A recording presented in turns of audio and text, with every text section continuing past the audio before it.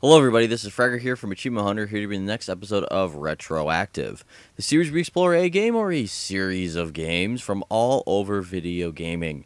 This allows us to decide if you would like to see a remake, a restart, a sequel, or any of the numerous other ways that can be put into motion. And that brings us to this week's target, the Jedi Knight series. The Jedi Knight series began with a game called Dark Forces all the way back in February of 1995, where you play as Cal Katarn and you run around and you shoot stormtroopers while you try to do stuff like grab the Death Star plans. Yeah, that's where they came from, Kyle, because he's a badass. That was then followed up by a game that was titled Jedi Knight.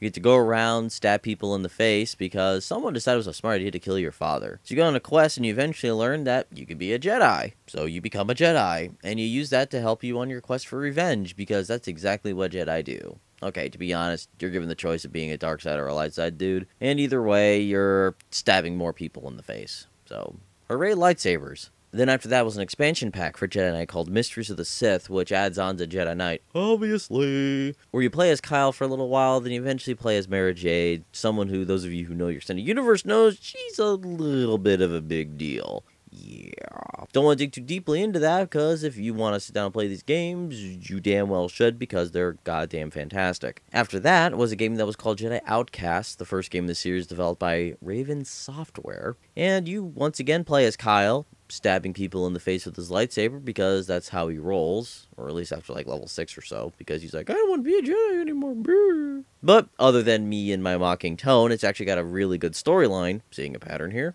The series is then finished by a game that is called Jedi Academy. In my opinion, the weakest in the series. It's an okay game in all gameplay-wise, but the story's fairly lacking, and you have the customizable protagonist type thing, as opposed to, once again, Kyle, or someone established in the canon like Mara Jade. So I guess that's that. Like most FPSs, this game has a wide variety of guns that you can use from your standard Stormtrooper blaster to an actual carbonite gun. You also get thermal detonators too, but let's be honest. Once you get a lightsaber in your hands, how many people are actually going to switch back to their guns? Really crazy people, because you're crazy. Lightsabers are awesome. The other thing that's really cool that this game does is it actually has a wide variety of places that you go to, like most Star Wars games do. This place you range from going to places like Nar Shaddaa to Bespin to Yavin 4, which is all pretty damn cool, and I gotta give them some credit for that. And that brings us to this point, where we talk about what I would like to see from the series. I would love to see a new game in this line. I love the Jedi Knight series. It's one of my all-time favorite series of games. I would love to see a new one. I don't really need to see the old ones remade. They're fantastic where they are, except for one.